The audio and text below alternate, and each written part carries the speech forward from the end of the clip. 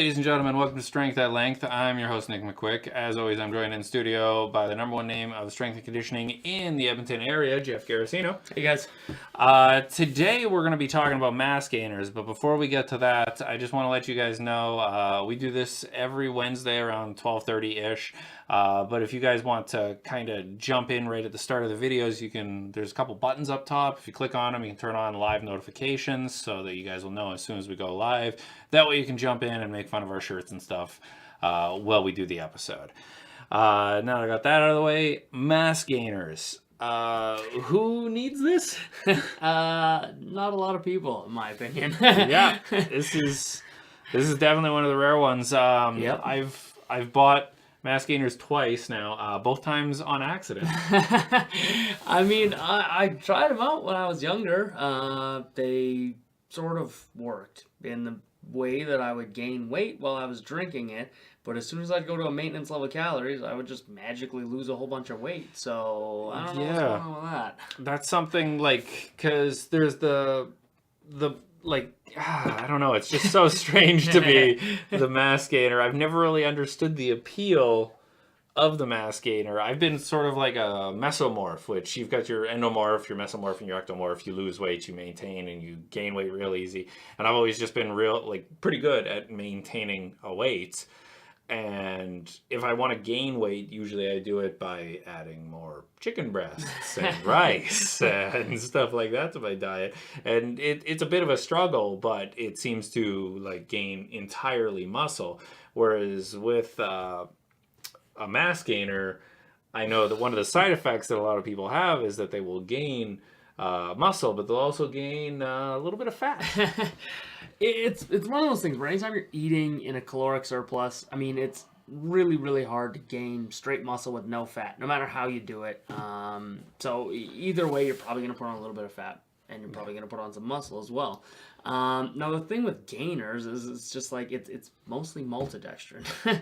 Some of them will put in a few different kinds of carbs and stuff like that, but basically it's a really cheap, fairly fast digesting carbohydrate that you just glug down and hope it doesn't wreck your gut microbiome and see what happens as far as gaining weight. I'm not a big fan of them. Like you said, I prefer people to just eat more food. I work with a lot of high school athletes, college athletes, and younger too, that are trying to put on some muscle mass, and it's eat more food. And I have my tricks for getting them to gain weight without using muscle mass gainers. I think that the number one thing is if you're going to try and gain muscle mass and you're going to try and gain weight, the first thing that you should do, and it's something that's really weird because so few people do this, is count your calories, count your carbs. Just track your macros. There's so many phone apps you can get. MyFitnessPal is the one I use, and you can check out everything you're eating, and it shows you a breakup of your fats, your carbs, your protein, how many calories you've had, and then just weigh yourself, and also track your workouts, see where your muscle's going. Yep. And just doing that, you should have a lot more control in where you need to be, how you need to adjust your diet. Yep. And because there's something that especially younger athletes I see a lot is they are overtraining and undereating. Yeah, 100%, especially the undereating part. A lot of kids will wake up late, not eat breakfast, go to school, maybe eat something at lunch, and then maybe eat something when they get home, and then it's dinner time, and that's about it, right? Yeah. So yeah, it's a big thing. Now, I mean, I would say with younger athletes, if you're a little bit older, it is definitely harder to put on more muscle with less fat kind of thing. So yeah, track your macros, see where you are, and slowly add from there. My young guys, my high school athletes, it's really hard. Most of them are good, solid athletes that are training hard. It's really hard to put on fat when you're 16 and your hormones are revved up and you're just starting to lift weights. I've had guys put on 20 pounds in an off season and look leaner. So you can add a lot. Now for those guys, I don't ever tell them to track their macros. I'm eat more food. One of the things that I like to add in is I'll tell guys to make oat shakes. So that's kind of a big one. Is it's just throw oats in a blender, a scoop of protein, some peanut butter, blueberries. Now from there you can get carried away. You can put flaxseed in there. You can put whatever you want. Really blend it up. It tastes pretty good. Drink it down. So eat your regular food. Add one of those in. Wait 2 weeks. If you don't gain any weight, add 2 of those in. And it's really simple. You just need to eat more food. Well, and the one thing that I kind of struggled with early on was I thought if I wanted to gain weight, I needed to add protein. Yep. So that was the only thing I would adjust is protein, not realizing if you want to gain weight by training and gain muscle, you actually need to increase your carbs. Yeah, everything Which should seemed go up. really counterintuitive because we've talked about protein before. It's the building block of muscle. Yep. So I thought if I want more muscle, I need more of this. Yeah, and that's exactly one of the things we talked about in that episode too. Eating more protein doesn't always equate to just more muscle. But no, I'm a big fan of, some guys will just increase their carbs to gain weight. I'm a big fan of just increase everything. And that's why I like something like an oat shake where you're getting carbs, protein, fat from the peanut butter, flaxseed, chia seeds, things like that. So yeah, I like just increase everything, right? Eat more food all around. And you don't have to do it with oat shakes. It's just an easy way to like, you eat a standard, let's call it, they average out 2,500 calories a day without me having to be like, add this day, add this day. Just drink a shake every day and you're going to be good. And it's real food. It's not maltodextrin. And usually these things are cheap sources of carbs. There's silica in this. Yeah. When you buy things, they come with a silica packet and it says, do not eat, contains silica. There's silica in this. Oh, wow. Okay. So that's a telltale sign. Yeah, right there. It's just not the best way to get those calories in. And the other thing too with it is, I mean, this one's I've definitely seen worse. But in 635 calories, you got 3 grams of fat and 102 grams of carbs with 3 grams of fiber. 3 grams of fiber out of 102 grams of carbs. Wow. And the reason that the sugar is only 6 grams in this is because it's all maltodextrin, which they don't count as sugar. And they have sucralose. Yes. Which... So they put artificial sweeteners in there too, but that won't count as a carb anyways. But the reason people look at it and there's all these net carbs in it is because they don't put just straight sugar in. They put maltodextrin in, which basically does the same thing as sugar. Yeah. It's a quick source of glucose, but it doesn't count as sugar, so they get away with putting it on there. Now, I don't like you're adding a whole bolus amount of carbs with no fat to slow the digestion, no fiber to slow the digestion, or to help with digestion too. Yeah. And that's another big important thing when it comes to gaining weight. And we had actually talked about this earlier, is it's not just what you eat, it's what you can absorb. So if you're somebody who's eating a whole ton of food and you're just not gaining weight and you're actually eating upwards of 5,000-6,000 calories a day, then it's time to look at like, well, you're probably not absorbing your food properly. Yeah, there might be a problem with your gut biome. There might be something in your diet. Like you could have an incredibly healthy diet, but you could also be drinking 6 liters of Diet Coke a day, and that might be doing something terrible to your insides. And a mass gainer is definitely not going to help. Again, it'll eating all get you those to the carbs. washroom. Exactly. Eating all those carbs without any way to slow the digestion and aid in digestion, it's just going to make the problem worse. Now, it seems that we're kind of really against this, which we are, but we also kind of want to play devil's advocate. Yeah. So for me, I was thinking the benefit of this would be if supplemented with a very carb and fiber intensive diet for somebody who is doing powerlifting so that they can fit in their gear. Yeah. It could be beneficial for them. Yeah, I mean, if you're already eating a ton of food, or you're somebody who you're at work all day long, you're legitimately really busy trying to put on weight, aren't too concerned if it's straight muscle without any fat. Yeah, if it's really hard for you to get in that much food just because of time and meal prepping and stuff like that, then okay, maybe adding a little bit of this is not the worst idea. I don't think you should slug back 5,000 calories a day of it, but it is one thing. And again, the odd time, I've had, again, young football players or something that are like 120 pounds in high school, and I'll have them eating more food, but it's like, okay, so let's mix 1 scoop of this with 1 scoop of protein. It's an extra 300-400 calories a day, and it will help. But would I recommend buying this and using it as your sole source of getting more calories in? No. But it can have some benefits. If there's no other way to do it, it's going to help out.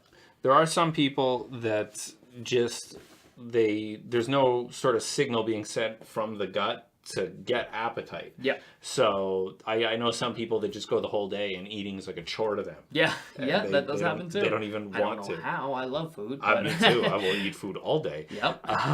But I guess for someone like that, if they're going to set a timer and have a shake or have a meal, this might be something to put with it just to ensure you're getting calories. Yeah, you could do that again as well.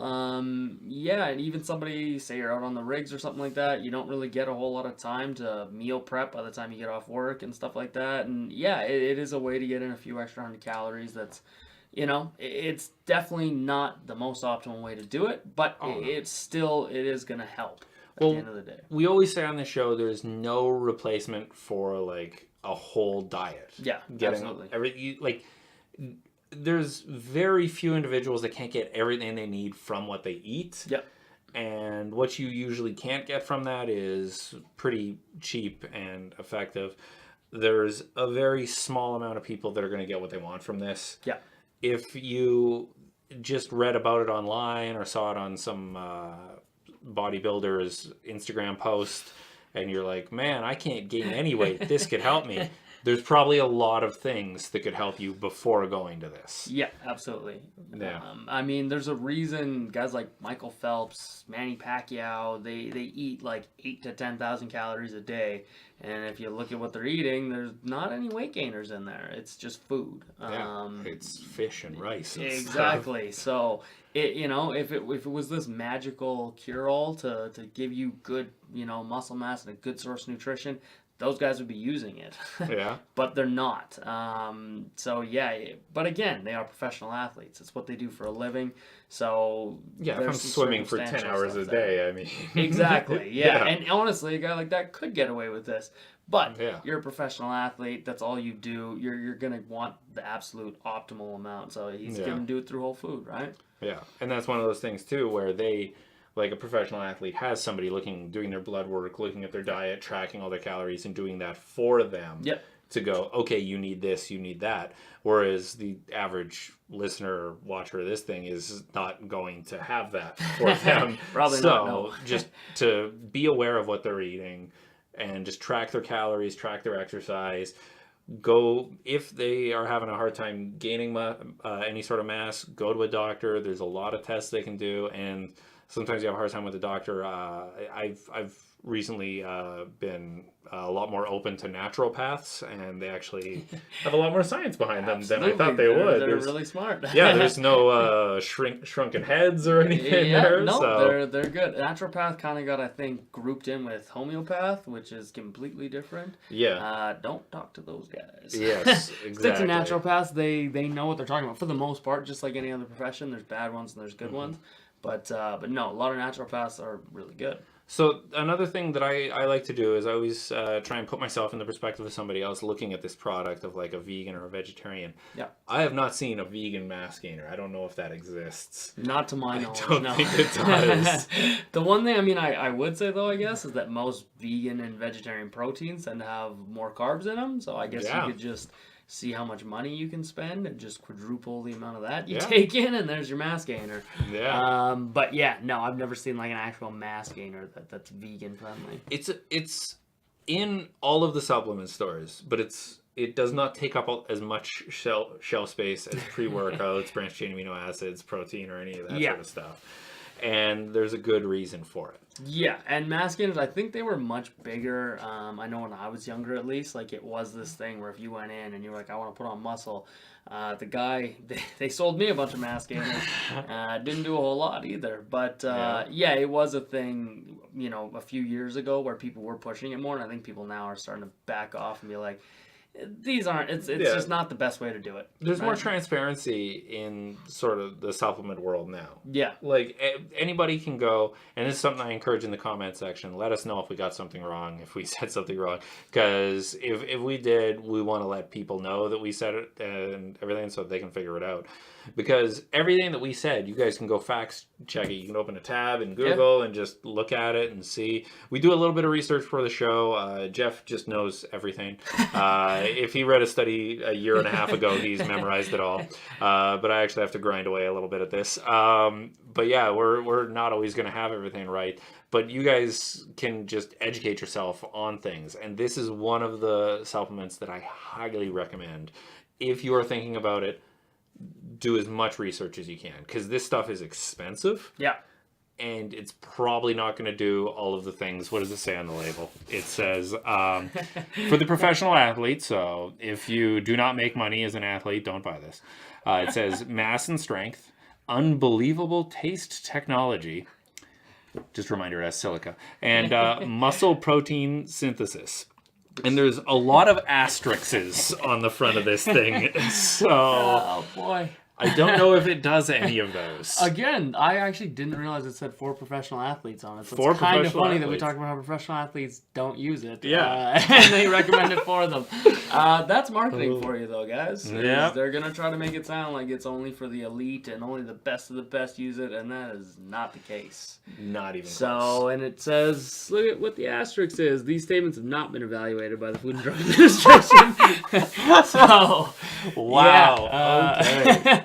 So there you go, guys. don't read the front of any kind of supplement that you guys are buying is my best advice. Look Yeah. at the back and look into it on your own. If you're basing what you're buying off of what the front says, aka what the guy selling it is trying to get you to believe in order to make money, that's kind of on you. You got to Yeah. do your own research. That's like buying a Honda Civic because you like the color. yeah, exactly. No. Right? Yeah. Don't worry about the pretty packaging and the big words and everything. Yeah. Like, educate yourself on it. Yeah. Because there's a lot of stuff in this. Because if I go to the ingredients, there's a lot of stuff on here that I don't understand. And I'm willing to say that. And there's a lot of stuff here that if it was on its own, I wouldn't put it in my mouth. Yeah. So, 100%. yeah. Anyway, guys, if you liked the video, if you found it informative, please leave a like. Once again, if we did something wrong, call us out. That's what the comment section is for. If you guys want to help us out, share the video. That actually helps quite a lot. We don't have anything to sell. We're not here for your money, just for your little click of a mouse on that thing. And as always, guys, up top, there's turn on live notifications. We do this every Wednesday, 12:30-ish. Jump on in, join the conversation, let us know what we need to know. And hey, thanks for watching. I've been Nick MicQuik. Jeff Garrossino. Thanks, guys. Keep it real, gangsters.